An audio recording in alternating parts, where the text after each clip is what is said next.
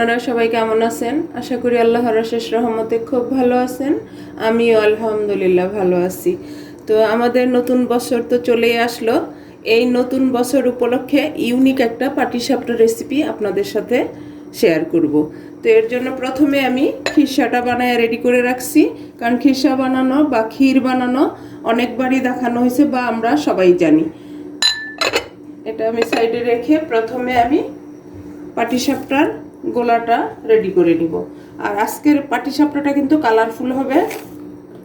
এখন দিয়ে দিব স্বাদ মতো লবণ, আর এখন দিব আমি কনডেন্স মিল্ক। এখানে আমার হাফ কাপ কনডেন্স মিল্ক আছে। যদি কারো হাতের কাছে কনডেন্স মিল্কটা না থাকে তাহলে চিনি দিয়েও বানাতে পারবেন। এখন দিয়ে এটাকে আমি ভালোভাবে গোলাই নিব। এর জন্য দিব আমি কুসুম গরম পানি। আর এখানে আমি বাজারের কিনা যে চালের গুঁড়া সেটা 500 গ্রাম নিছি। এখন ভালোভাবে গোলাটা রেডি করে নিব।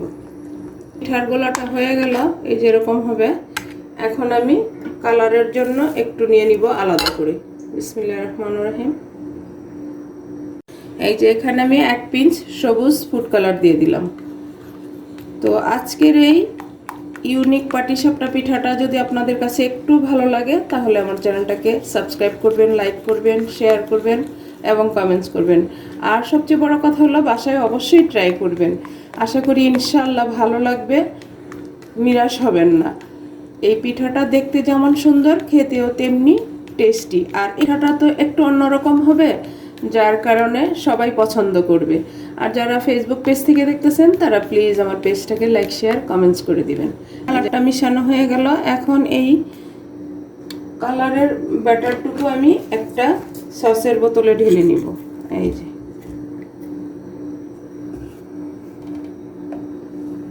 যে ঢেলে নিলাম। এখন আমি পিঠাটা বানানো শুরু করব। এই যে একটা ফ্রাই প্যান বসাই দিছি, চুলাটাও জ্বালাই দিছি। চুলাটা আমার লো টু মিডিয়ামের মাঝখানে আছে। এখন একটু তেল ব্রাশ করে দিব। একেবারে সহজ এই রেসিপিটা। আর পাটিসাপটা আমরা সবাই বানাতে জানি, তো আমি আমার মতো করে দেখালাম। প্লিজ আমার ভাই বোনেরা আমার পাশেই থাকবেন। এখন আমার ইউনিক পাটিসাপটাটা বানানো শুরু করব। বিসমিল্লাহির রহমানির রহিম।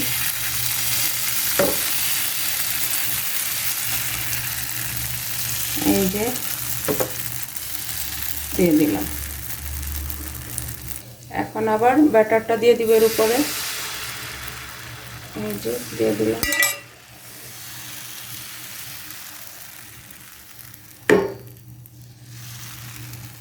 পাটিসাপটা আমরা সবাই বানাতে পারি, তাই না? তো আমি আমার মতো করে দেখালাম। প্লিজ আমার ভাই বোনেরা আমার রেসিপিটা দেখে একবার বাসায় ট্রাই করে।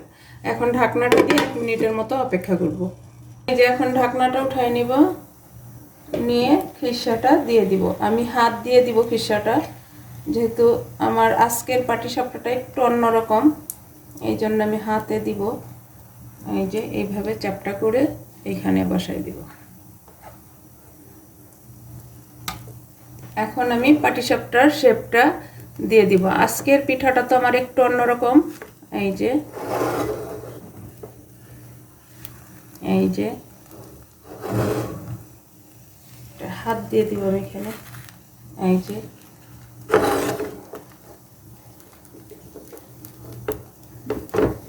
আমি একটু হাতটা ব্যবহার করব।